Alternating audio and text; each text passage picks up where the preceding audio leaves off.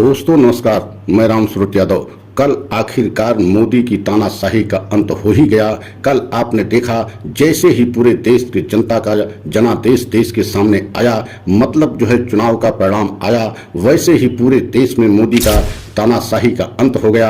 और आपने देखा है कि इस बार प्रचंड गर्मी में, आग उगलती गर्मी में किस तरीके से 2 महीने के घमासान चुनाव में किस तरीके से जो है चुनाव हुआ कि एक तरीके से देखा जाए तो इतनी बड़ी गर्मी कभी नहीं पड़ी। मतलब 80 साल का रिकॉर्ड टूट गया गर्मी में। और बहुत सरकारी ऐसे कर्मचारी चुनाव में लगे थे जिनकी जो है इस गर्मी में जान तक चली गई। लेकिन कल आपने देखा है किस तरीके से पूरे देश में जैसे ही जो है चुनाव का परिणाम आया, एक तरीके से खुशी का माहौल पूरे देश में छा गया, क्योंकि मोदी का तानाशाही का अंत हो गया, मोदी का घमंड चकनाचूर हो गया, मोदी का अहंकार एक तरीके से टूट गया। और आपने देखा है कि बीजेपी और खासकर मोदी जी ने 400 का नारा दे करके किस तरीके से जनता को गुमराह किया था।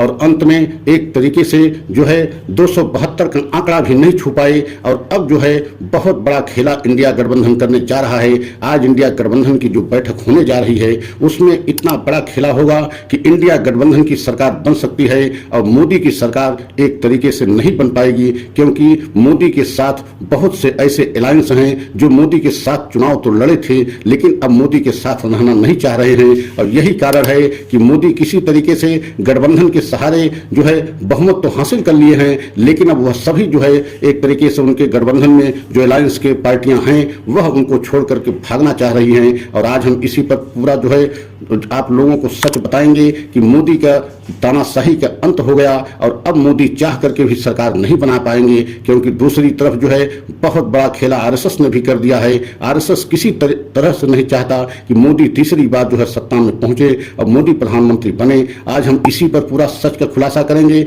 लेकिन अगर आप हमारे चैनल पर पहली बार हैं तो चैनल को लाइक सब्सक्राइब कर लें, वीडियो को अंत तक जरूर देखें। तो सबसे पहले आपको ये बताना बहुत जरूरी है कि 2 महीने प्रचंड गर्मी में चुनावी घमासान का जो है माहौल बना रहा। और आपने देखा है कि 2 महीने किस तरीके से जो है एकदम प्रचंड गर्मी में चुनाव होता रहा और लोगों को भी बहुत तकलीफें हुई। खासकर चुनाव में लगे जो कर्मचारी थे, बहुत से ऐसे कर्मचारी थे जो इस चुनाव में उनकी जान तक चली गई, क्योंकि गर्मी की वजह से उनकी जान चली गई। और आपने देखा भी है कि जिस तरीके से बीजेपी ने चुनाव से पहले ही 400 का नारा दिया था कि 400 बार इस बार प्रधानमंत्री मोदी चुनाव जीतेंगे, और उसी के जो है मद्देनजर आपने यह भी ध्यान दिया होगा कि किस तरीके से एग्जिट पोल ने मोदी का गुणगान करते हुए, मोदी का चरण चुम्बन करते हुए जो है उनको 400 तक जो है जीतते दिखाया भी था। लेकिन आपने देखा है जब जनता का कल जो है परिणाम आया और जनता का जनादेश पूरे देश के सामने आया तो मोदी की जमीन खसक गई और बीजेपी बिल्कुल एक तरीके से बौखला गई, क्योंकि बीजेपी को लग नहीं रहा था ऐसा कि 272 का बहुमत का आंकड़ा भी नहीं छू पाएंगे। बीजेपी जान रही थी कि कम से कम 272 का आंकड़ा तो हम छू ही लेंगे और 300 के आसपास जो है हमारी जो है सीटें आ जाएंगी, हम जो है सरकार आराम से बना लेंगे। लेकिन ऐसा नहीं हुआ, क्योंकि कल जो है 272 के आंकड़ा तो बीजेपी छुई लेकिन गठबंधन के साथ छुई, मतलब बीजेपी का 241 ही सीटें रह गई। तो आप समझ सकते हैं कि अब जो गठबंधन की पार्टियां हैं वो बीजेपी के साथ जो है सरकार बनाने के लिए बिल्कुल तैयार नहीं है। और यही कारण है कि आज इंडिया गठबंधन की बैठक होने जा रही है और इस बैठक में बड़ा खेला होने जा रहा है, क्योंकि इंडिया गठबंधन ने पहले ही जो है ऐलान कर दिया है कि मोदी के गठबंधन के कई ऐसे दल हैं जो आज इंडिया गठबंधन की बैठक में शामिल होंगे। तो आप समझ सकते हैं कि एक तरीके से मोदी के घमंड चूर हो गया, मोदी का अहंकार एकदम चकनाचूर हो गया। और अब जो है इंडिया गठबंधन अगर सरकार बना लेती है तो आप समझ सकते हैं कि पूरे देश में एक तरीके से अमन चैन का माहौल बन जाएगा। और यही कारण है कि आपने देखा है 10 वर्ष किस तरीके से मनमानी तरीके से मोदी जी ने तानाशाही तरीके से सरकार चलाया। और यही कारण है कि आरएसएस जिसके बल पर जो है मोदी यहां तक पहुंचे थे, बीजेपी आज अगर सत्ता में पहुंची है तो सबसे बड़ा इसका रोल जो है आरएसएस का है और आरएसएस की वजह से बीजेपी का जन्म हुआ है। लेकिन मोदी ने प्रधानमंत्री बनते ही आरएसएस को एकदम जो है हाशिए पर पहुंचा दिया और आरएसएस के किसी तरीके से जो है बीजेपी सरकार में दखलंदाजी नहीं रही और मनमानी तरीके से मोदी सरकार चलाए। और यही कारण रहा कि इस बार जो है आरएसएस चुनाव प्रचार से भी दूर रहा है और आरएसएस ने बड़ा खेला जो है कर दिया है और मोदी को फरमान भी सुना दिया है कि आप भी किसी भी कीमत पर जो है अब तीसरी बार प्रधानमंत्री नहीं बनेंगे। अगर ऐसा करने की कोशिश किया तो हो सकता है कि बीजेपी कई खंडों में टूट भी जाए, क्योंकि आरएसएस ने आपने देखा है कि पूरे चुनाव प्रचार से दूरी बनाए रखा। और आपने यहां तक भी देखा है कि जेपी नड्डा जो बीजेपी के राष्ट्रीय अध्यक्ष हैं, उन्होंने तो चुनाव में यहां तक कह दिया कि हमें आरएसएस की मदद की आवश्यकता नहीं है, हम चुनाव जीतने में सक्षम हैं। आप कल्पना कीजिए कि ये जेपी नड्डा का अहंकार और घमंड था जो इस तरीके से जो है आरएसएस को चुनौती दिया और आरएसएस को चैलेंज किया कि हम बिना आरएसएस की मदद के भी चुनाव जीत सकते हैं। तो आप समझ सकते हैं कि आरएसएस के बिना बीजेपी कुछ भी नहीं है, क्योंकि आरएसएस की वजह से बीजेपी है और आरएसएस की वजह से बीजेपी का जन्म हुआ।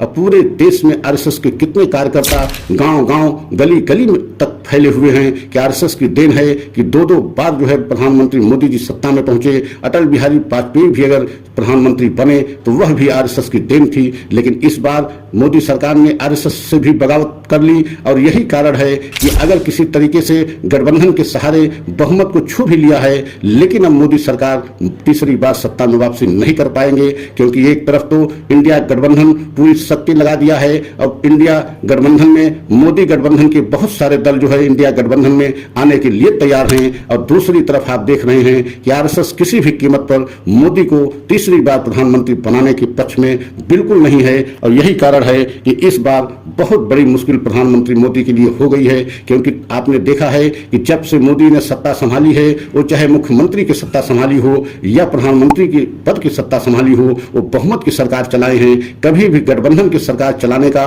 उनके पास अनुभव भी नहीं है और न ही वो चला सकते हैं, क्योंकि आपने देखा है जिस तरीके से मनमानी प्रधानमंत्री मोदी शासन करते हैं, वह गठबंधन में कभी जो है सरकार नहीं चला सकते, क्योंकि गठबंधन के दल इस तरीके से तानाशाही रवैये से सरकार कभी नहीं चलाने देंगे। यही कारण है कि अब प्रधानमंत्री मोदी को तीसरी बार सत्ता में पहुंचना बिल्कुल नामुमकिन दिखाई दे रहा है। और आज जो इंडिया गठबंधन की बैठक होने जा रही है, इसमें बहुत बड़ा खेला हो सकता है और कई ऐसे दल हैं जो एक तरीके से बीजेपी गठबंधन के दल आज इंडिया गठबंधन की बैठक में आ सकते हैं। और यही बात को लेकर के बीजेपी बेहद हैरान परेशान है कि अगर हमने किसी तरीके से बहुमत का आंकड़ा गठबंधन के सहारे छू भी लिया है, लेकिन अब हमारे गठबंधन बिल्कुल छोड़ करके भाग सकते हैं, ऐसा अंदेशा बीजेपी को भी लग रहा है। यही कारण है कि बहुमत का आंकड़ा छूने के बाद भी बीजेपी में बिल्कुल खामोशी है, सन्नाटा है। और बीजेपी ही नहीं, प्रधानमंत्री मोदी भी जानते हैं कि बहुमत का आंकड़ा गठबंधन के सहारे छू तो लिया है, लेकिन सरकार बनाना संभव नहीं है, क्योंकि गठबंधन के बहुत ऐसे दल हैं जो गठबंधन को छोड़ करके इंडिया गठबंधन में जा सकते हैं। और दूसरी तरफ जो है आरएसएस किसी भी कीमत पर मोदी को तीसरी बार सत्ता में पहुंचने नहीं देगा। तो अगर हमारा ये वीडियो आपको अच्छा लगा हो तो लाइक सब्सक्राइब करें, कमेंट के द्वारा अपनी राय अवश्य दें। अगला वीडियो पुनः लेकर के आएंगे। जय हिंद, जय भारत।